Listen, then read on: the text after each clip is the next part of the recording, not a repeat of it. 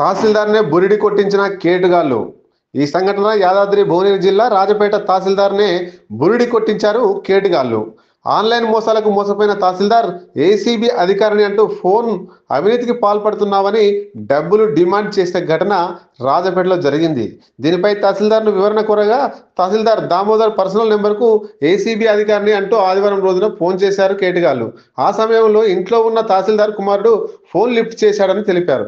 అవినీతికి పాల్పడుతున్నారని, డబ్బులు ఇవ్వాలని, డబ్బులు ఇవ్వకుంటే అరెస్టు తప్పదని బెదిరించారని, ఈ సంవత్సరం జూన్లో తహసీల్దార్ పదవి విరమణ ఉండడంతో భయభ్రాంతులకు గురైన కుమారుడు తండ్రికి తెలియకుండా 3-4 విడతలుగా ఆన్లైన్లో 2,80,000 పంపించాడని తెలిపారు.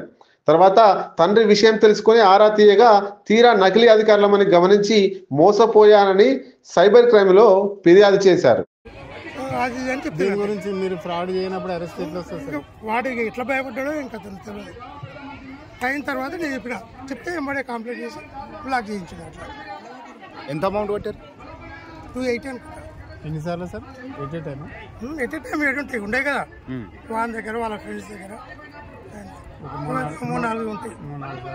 కొట్టిన తర్వాత మనకి డౌట్ వచ్చినాక అదే ఎందుకు చేసినారు అటువంటిది అంటే ఎంబడే ఇది చేసి కంప్లైంట్ చేసి. అనుమానం ఉందా మీకు?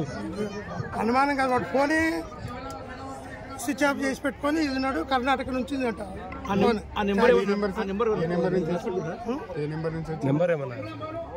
కాల్ వచ్చింది నెంబర్, అది మాట్లాడి మళ్ళీ వేరే వాళ్ళకి జాగ్రత్తగా ఉండడానికి నెంబర్ పెట్టాలి. ఆ నెంబర్ పెడతాం. ఆ నెంబర్ వాడు ఎత్తాడు, పట్టుకుంటారంటే తెలుసు. ఓకే సార్, ఏం లేదు. మనకి ఇప్పుడు సైబర్ క్రైమ్ లో మీరు పిటిషన్ ఇచ్చారు, అదొకటి కావాలి. అది రేపు తీసుకోవాల్సిందే. ఇచ్చింది మా వాడే కంప్లీట్, రేపు తీసుకోవచ్చు. మనకైతే ఆఫీస్ నుంచి కంటిన్యూషన్ ఫోన్ సార్, రేపు అంటే